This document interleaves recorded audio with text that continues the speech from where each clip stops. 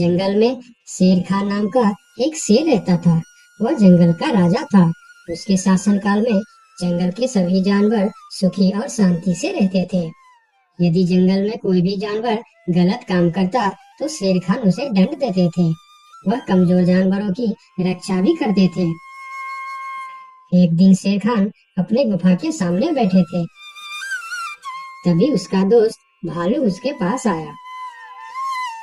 फिर दोनों दोस्त मिलकर जंगल और जंगल के जानवरों के बारे में आलोचना करने लगे। मैं इस जंगल का सबसे शक्तिशाली जानवर हूँ। मेरे सामने जंगल का कोई भी जानवर टिक नहीं सकता। क्या कहते हो भालू भाई? ये तो तुमने बिल्कुल ठीक कहा, लेकिन हाथी के सामने तुम बिल्कुल चूहे जैसे दिखते हो। क्या ठीक कहा ना मैंने शेर खान? भालू की बात सुनकर शेर खान बहुत क्रोधित हो गए। भालू, तुम्हारी हिम्मत कैसे हुई मेरे बारे में इस तरह की बातें करने की? तुम्हें पता है तुम किसके सामने बात कर रहे हो? मैं इस जंगल का राजा हूँ। तुम मेरे दोस्त हो, इसीलिए तुम्हारे साथ मैं थोड़ा मजाक कर रहा था। तुम मेरे बात का बुरा मत मानना शेर खान। शेर खान नहीं, महाराज कहो महाराज। मैं इस जंगल का राजा हूँ, इसीलिए बाकी जानवरों की तरह तुम भी मुझे आज से महाराज कह के ही बुलाओगे। लेकिन शेर खान, हम दोनों दोस्त हैं, फिर भी तुम ऐसे क्यों बातें कर रहे हो? दोस्त है नहीं, दोस्त है। आज से हमारी दोस्ती खत्म। आज के बाद मैं तुमसे कभी बात नहीं करूंगा। दोस्त कहकर मेरे सामने कभी मत आना। चले जाओ यहाँ से। अपने दोस्त का इस व्यवहार से भालू बहुत दुखी हुआ और वह वहां से चला गया। उसी जंगल में गोलू नाम का एक बंदर भी रहता था। वह दूसरों की चीज चुराकर भाग जाता था। एक दिन गोलू की चोरी करते समय शेर खान के एक सिपाही के द्वारा पकड़ा जाता है और उसे शेर खान के सामने विचार के लिए लाया जाता है। गोलू को देखकर शेर खान कहते हैं, गोलू, तुम्हारी चोरी की किस्से जंगल के दूर दूर तक मशहूर है। तुम जानवरों के घर में ही नहीं, बल्कि मेरे दरबार में भी बहुत चीज चोरी की है। इसीलिए मैं तुम्हें पहाड़ से गिराकर मारने की सजा घोषित करता हूँ। आज से ठीक 2 महीना बाद तुम्हें पहाड़ से गिराकर मार दिया जाएगा। अपनी मौत की सजा सुनकर गोलू बहुत रोने लगा और बोला, महाराज, मैं अब कभी चोरी नहीं करूंगा। मुझे माफ कर दीजिए महाराज। मेरे घर में छोटे छोटे बच्चे हैं, मुझे छोड़ दीजिए महाराज। लेकिन शेर खान ने उसकी फरियाद नहीं सुना। तब एक सैनिक उसे ले जाकर जेल में बंद कर देता है।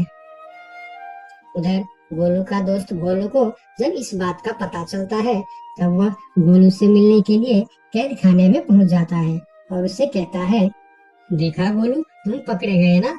मैं तुम्हें कितनी बार कहा था कि चोरी करना छोड़ दो। अब क्या होगा बताओ, कैसे निकलोगे यहाँ से? ये सब छोड़ो भोलू भाई, जो होना था वो हो गया। मुझे तो बस अपने परिवार की चिंता हो रही है।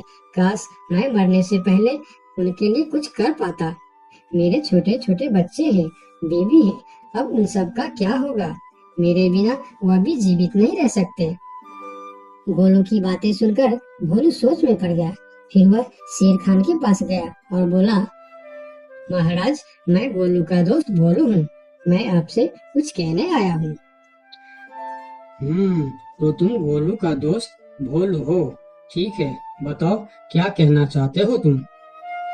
महाराज, मैं चाहता हूँ कि आप गोलू को कुछ दिन के लिए उसके परिवार के पास जाने दें, ताकि वह मरने से पहले अपने परिवार के लिए कुछ इंतजाम कर सके। मरने वाले का आखिरी इच्छा पूरा कीजिए महाराज। आप एक बार उसके परिवार के बारे में भी सोचिए। गोलू ने जो किया उसमें उसके परिवार की क्या गलती है? अगर आप उसे कुछ दिन के लिए अपने परिवार के पास रहने दोगे तो शायद उसका परिवार बच जाएगा। मैं इस बारे में तुम्हारी कोई मदद नहीं कर सकता। अगर अपने परिवार से मिलने के बहाने गोलू भाग गया तो मैं किसको सजा दूंगा? शेर खान की बात सुनकर भोलू थोड़ा सोच में पड़ गया। फिर बोला, तो ठीक है महाराज, आप गोलू को छोड़ दीजिए। जब तक गोलू वापस नहीं आ जाता मैं उसकी जगह कैद खाने में रहूंगा। और अगर वह कभी वापस नहीं आया तो क्या तुम उसके हिस्से की मौत की सजा भी लोगे? थोड़ा सोचकर बताओ। हाँ महाराज, मैं इसके लिए भी तैयार हूँ। भोलू की बात मानकर शेर खान ने गोलू को कैद से निकालकर भोलू को कैद खाने में डलवा दिया। तब बाहर निकलकर गोलू ने भोलू को बोला, दोस्त तुम चिंता मत करना, मैं समय से पहले ही वापस आ जाऊंगा। ऐसा कहकर गोलू वहां से चला गया और भोलू गोलू की जगह कैद खाने में रहने लगा। इस तरह बहुत दिन बीत गया, लेकिन गोलू वापस नहीं आया। तब एक दिन शेर खान गोलू के पास आया। देखा बंदर, मैंने कहा था ना गोलू वापस नहीं आएगा। अगर कल सुबह तक गोलू वापस नहीं आया तो शर्त के अनुसार कल शाम के समय तुम्हें पहाड़ से गिरा दिया जाएगा।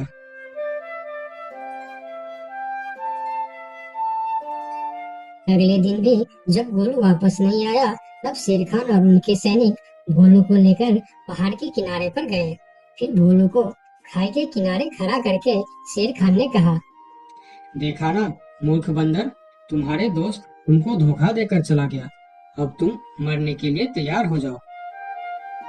लेकिन इस बार भी गोलू नहीं डरा और बोला, कोई बात नहीं महाराज, मैं अपने दोस्त के लिए मरने के लिए भी तैयार हूँ। मैं यह जानकर बहुत खुश हूँ कि मेरा दोस्त अपने परिवार के साथ खुश है। मेरे आगे पीछे और कोई नहीं है, मैं तैयार हूँ महाराज।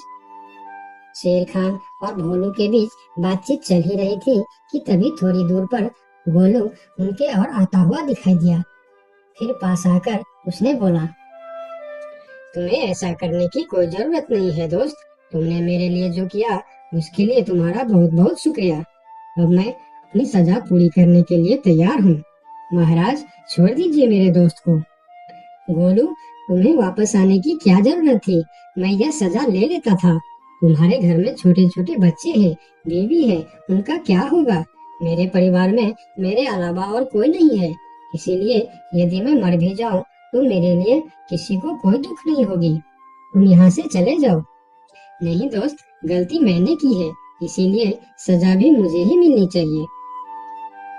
उन दोनों की दोस्ती को देखकर शेर खान सोचने लगे, ये दोनों अपने दोस्ती के खातिर एक दूसरे के लिए जान देने के लिए तैयार है, और मैं एक छोटी सी बात के लिए अपने सबसे अच्छे मित्र भालू से दोस्ती तोड़ दी। यह मैंने बहुत बड़ा गलती कर दी। मुझे इसका प्रायश्चित करना ही होगा। किसी को मरने की कोई जरूरत नहीं है। तुम दोनों की दोस्ती देखकर मैं गोलू की सजा माफ करता हूँ। और याद रखना गोलू, अगर तुमने फिर से चोरी की तो अगली बार मैं तुम्हारी सजा माफ नहीं कर पाऊंगा। नहीं नहीं महाराज, आज के बाद मैं फिर कभी ऐसा गलती नहीं करूंगा। आज से मैं ईमानदारी से मेहनत करके अपना परिवार चलाऊंगा। आपका बहुत बहुत धन्यवाद महाराज। ठीक है, अब तुम लोग यहाँ से जा सकते हो। उनके जाने के बाद शेर खान सीधा अपने दोस्त भालू के पास गया। भालू मेरा दोस्त, मैं यहाँ तुमसे माफी मांगने के लिए आया हूँ। मैंने जो उस दिन तुम्हारे साथ व्यवहार किया वह बहुत गलत था।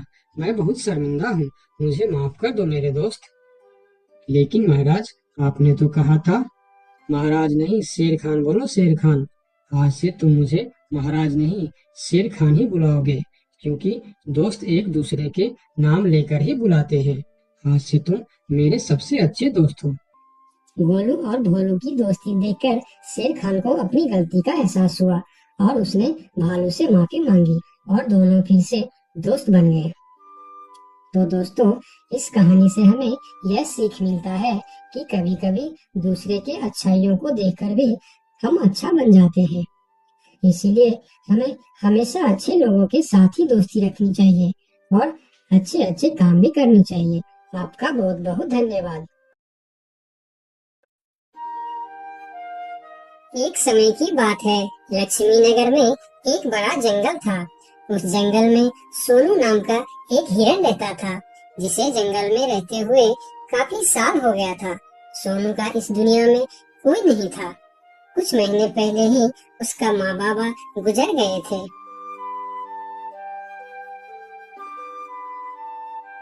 इसीलिए इस जंगल में रहते हुए उसे काफी अकेलापन महसूस होता था।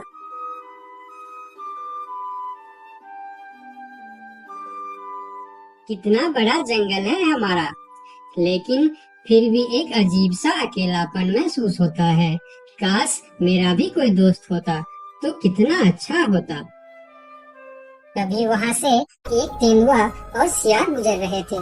सोनू को अकेला देखकर दोनों उसके पास आए और बोलता है, अकेले अकेले क्या कर रहे हो? हमसे दोस्ती कर लो, हम है ना तुम्हारे साथ रहने के लिए। क्या मैं तुम दोनों से दोस्ती कर लूं? तुम लोगों को काम है दूसरे को बेवकूफ बनाना और उनका खाना चुराना और परेशान करना। तुम दोनों से दोस्ती करके मैं गलत चीजों के अलावा और कुछ नहीं सीखने वाला। इससे अच्छा तो मैं अकेले ही ठीक हूँ। अब तुम दोनों यहाँ से जा सकते हो। अभी तो तुम हमारी दोस्ती को ठुकरा रहे हो, लेकिन वक्त आने पर तुमको हमारी दोस्ती की अहमियत पता चलेगी, देख लेना। ये कहकर वह दोनों वहाँ से चले जाते हैं। उन दोनों के चले जाने के बाद हिरन कुछ देर बाहर बैठा रहा। फिर धीरे धीरे शाम हो गई। तब हिरन भी घर के अंदर चला गया। अगले दिन सुबह जब हिरन अपने घर के बाहर बैठा था, तब हिरन ने देखा कि एक छोटा सा हाथी जो उसकी उम्र का था, वह धीरे धीरे उसके पास आ रहा है और उनके पास आके कहा, कैसे हो प्यारे हिरन? मेरा नाम गोलू है। मैं आज ही इस जंगल में आया हूँ। तुम्हारा नाम क्या है? क्या तुम इस जंगल में रहते हो? मेरा नाम है सोनू और इसी जंगल में मैं जन्म से ही रह रहा हूँ। तुम कहाँ से आए हो? तुम्हारे साथ और कौन कौन है? मैं पास की जंगल से आज ही आया हूँ। मेरा इस दुनिया में कोई नहीं है। क्या तुम यहाँ अकेले रहते हो? हाँ, मैं अकेला ही रहता हूँ। मेरा भी इस दुनिया में कोई नहीं है दोस्त। सोनू, क्या यहाँ कोई ऐसी जगह है जहाँ मैं अपना घर बनाकर रह सकूं? हाँ दोस्त, इस जंगल में ऐसे बहुत से जगह है जहाँ तुम घर बनाकर रह सकते हो। आओ मेरे साथ। फिर हिरन और हाथी जंगल के और भी अंदर चले गए, जहाँ हरियाली भी थी और जगह भी बहुत सुंदर थी। यहाँ तो मैं अपना पसंद का घर आराम से बना सकता हूँ। हाँ मेरे दोस्त, और इस काम में मैं तुम्हारी मदद करूँगा। नहीं प्यारे दोस्त, मैं अपना घर खुद बना लूँगा। मैं तुम्हारा फायदा नहीं उठाना चाहता। तुम मेरी बहुत मदद की है। ये सुनकर भी हिरन ने उसकी मदद करने का फैसला नहीं बदला और काम पर लग गए। जंगल से अच्छी लकड़ियाँ और पेड़ इकट्ठा करके दोनों ने मिलकर 2 दिन के अंदर ही एक झोपड़ी जैसा घर बना डाले। तुम्हारा बहुत बहुत शुक्रिया दोस्त। अगर तुम नहीं होते तो मैं इतना आसानी से ये घर नहीं बना पाता। शुक्रिया की कोई जरूरत नहीं है। तुम मेरे प्यारे दोस्त हो। ये तो मुझे करना ही था। उस दिन से दोनों की दोस्ती और भी गहरी हो गई। इधर शाम होने वाली थी। हिरन अपने दोस्त से विदा लेकर अपने घर की ओर चलना शुरू किया। हिरन रोज हाथी के घर आता और दोनों सारा दिन साथ ही रहते थे। एक साथ खाते थे और मजे भी करते थे। एक दिन सोनू हिरन हाथी के घर नहीं आया तो उसे हिरन के लिए चिंता होने लगा। वह फिर चलकर हिरन के घर जा पहुंचा। अरे क्या हुआ दोस्त, तुम आज मेरे घर क्यों नहीं आए? तुम्हें ना देखकर मैं बहुत परेशान हो गया, इसीलिए मैं इधर चला आया। दोस्त, मेरा तबीयत खराब है। पूरे शरीर में बहुत दर्द हो रहा है। मैं ठीक से खड़ा भी नहीं हो पा रहा हूँ। हाथी आगे आया और हिरन के शरीर को छू कर देखा कि हिरन को तो बहुत तेज बुखार चढ़ा है। दोस्त, तुम्हें तो बहुत तेज बुखार है, लेकिन ये सब अचानक कैसे हो गया? ये कहकर हाथी ने थोड़ा देर सोचा और बोला, मैं अभी आता हूँ। तुम बिल्कुल चिंता मत करना, तुम ठीक हो जाओगे। इतना कहकर हाथी वहाँ से चला गया और सोनू हिरन उसका इंतजार करने लगा। लेकिन कई घंटे गुजर जाने के बाद भी हाथी नहीं लौटा। हिरन निराश होकर बैठा रहा।